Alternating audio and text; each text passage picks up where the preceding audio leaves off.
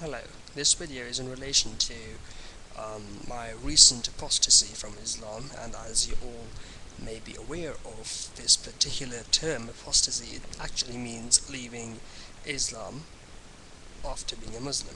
Obviously, you leave Islam after you're a Muslim. You can't leave Islam without being a Muslim. So anyway, moving on. I basically left Islam because I sort of realized I actually sort of went around watching different sorts of videos and talking to people about their religious experiences, Christians, Muslims, Hindus, everyone really. And I found out that there was one thing in common. That was, well, actually there were two things in common. One was the scripture, the text, the sacred text, and the other was their personal experiences.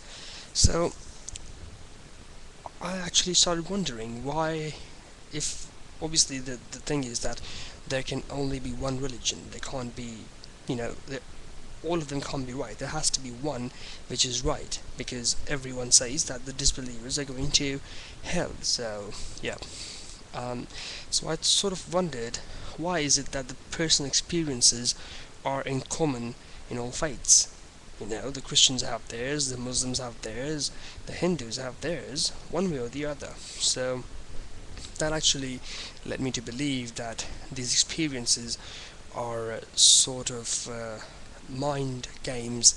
Your mind plays tricks on you, and in theory, I realized that even if I start praying to a can of Coke with complete faith that the can of Coke can actually give me something in return, whatever I'm asking for, then I'm going to get it.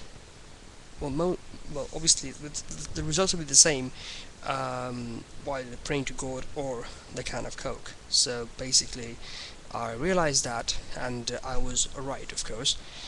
Then, again, I started looking at the scripture, the Quran, the Bible, and one thing in common was that there were contradictions.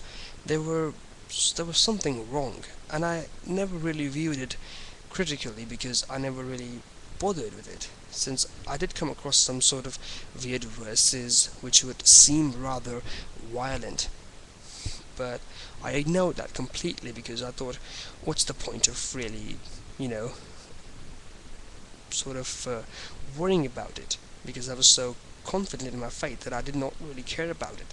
But then I started to view it critically, and if viewed critically, the entire book, well, not the entire book, but really some verses do seem really weird.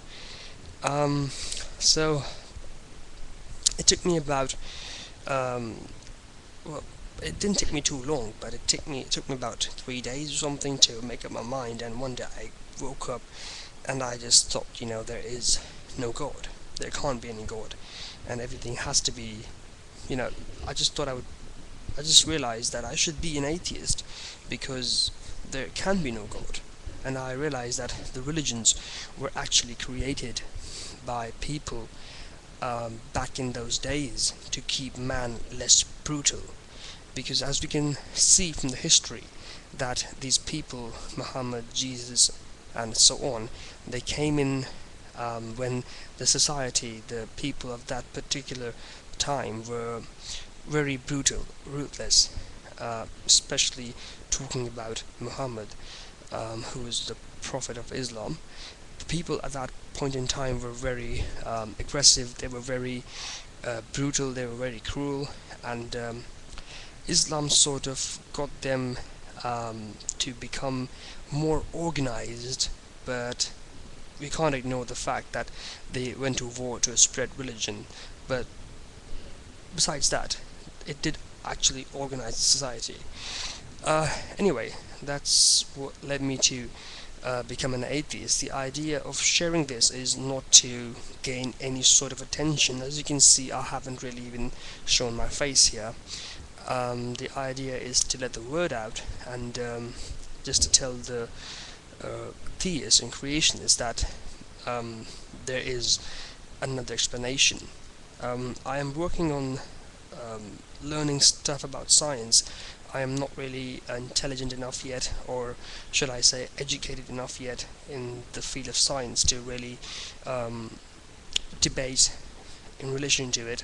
I can't really talk to you about evolution, but I can definitely, most definitely, tell you that there is no God. Absolutely, utterly. And try praying to a can of Coke today, and you will see results. Thank you very much.